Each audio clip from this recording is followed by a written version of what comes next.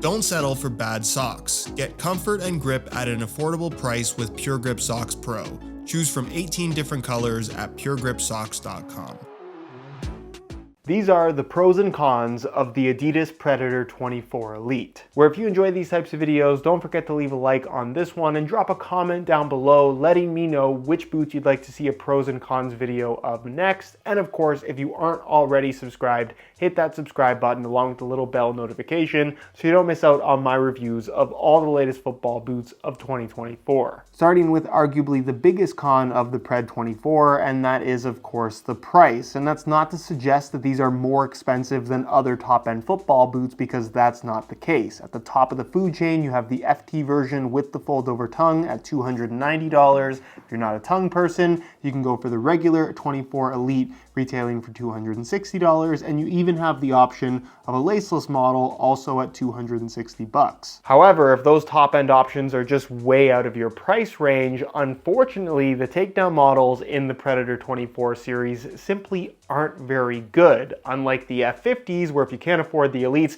there's a lot of value to be had out of both the Pro and League variations. The Predator 24 Pro is simply one of the worst boots for the money on the market, and the Predator 24 League pretty much strips away all of the elements that make this Predator model special, meaning that you're kind of just buying them for the look more than anything else. However, if you are interested in any of the Elite model Predator 24s, you can pick them up below their normal retail prices by way of some exclusive SR4U coupon codes via the links down below. With, in my opinion, by far the biggest pro of the Pred 24 being the rubber strike skin elements, reintroducing the power boot feel into the modern football boot era, where I really think when it comes to taking free kicks and just shooting in particular, the grip and bite that you get on the ball from these rubber elements when struck correctly is just unlike any other football boot on the market. I'm not suggesting that these are going to make your shot more powerful or more accurate, but it's undeniable that having the extra grip in this area of the foot from these rubber elements gives you a sensation of control and allows you to generate spin on the ball more easily than any other football boot. Yes, you can get extra grip from the Nike grip material on Nike's Mercurial series as well as their Phantom line, but it doesn't come close to the absolute amount of grip that you're going to get when shooting in a pair of Predator 24s. Something that I don't love about the Predator 24, especially now that we've had a bunch of different colorways drop, is that there is actually quite a bit of texture variation from colorway to colorway, where all four of these boots, even though they're all Predator 24 Elites, have a different texture to the surface of the upper. With initial colorway drops being very much like this Euro colorway, where it kind of has this matte finish, almost giving it like a soft nubuck texture, and then of course you have the glossy finish on the Adidas stripes themselves, which is probably my favorite of the bunch. While some colorways have a little bit more of a glossy finish, but also a little bit of a micro texture on the surface that's very difficult to see, but definitely different on the ball than what you would find from that matte finish. And then other colorways simply have a glossy finish all the way through that's left completely smooth with no micro texture, definitely offering the slipperiest feel on the upper, with the most recent inline colorway drop having that matte base finish, but then having these glossy graphics on the surface that give, again, more texture variation in yet another colorway. I wouldn't say that any of them in particular are bad, but if you are somebody that likes to have one pair for training and one pair for matches, and you like to have the same pair for the sake of consistency, just realize that there is some inconsistency from colorway to colorway, so just pay attention before ordering. Something that I consider to be a major pro of the Predator 24 is how much they weigh, where considering the way that they look and considering the very unique feel that they have compared to just about any other football boot, along with really the stigma of power boots being this kind of bulkier, heavier style of football boot, part of the reason why they went away in the first place, the new Preds aren't actually heavy. In a size 9.5 US, these are going to weigh in right around 220 grams or so, which does not make them even close to the lightest boots on the market,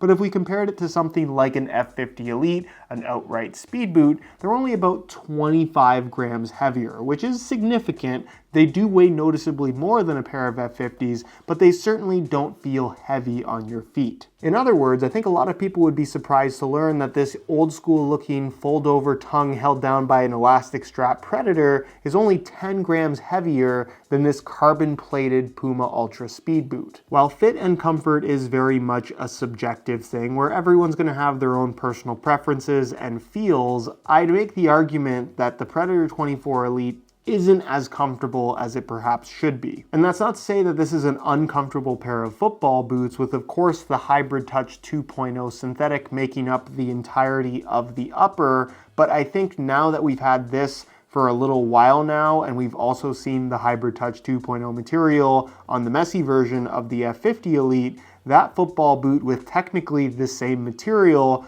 fits a lot better and in my opinion feels a lot more comfortable. The material is just way softer out of the box, and granted the construction of that boot is quite a bit different, but if this had the softness of that messy F50, I think the boot would be a lot more comfortable, or as a lot of people have asked for, and what we did technically get in a very limited capacity, an actual leather upper on a modern Predator 24 as a general release, I think a lot of people would absolutely go crazy for. So to be clear, they're not uncomfortable, but compared to most top-end models, I definitely don't think they're near the top of the list. While overall, I'd still make the argument that the Hybrid Touch 2.0 synthetic is on the thinner side, the overall design and feel of the Predator 24 Elite is far more substantial than just about any other boot on the market right now, meaning that from a protection standpoint, should you get stepped on, there's just a little bit more between your foot and an opposing player's studs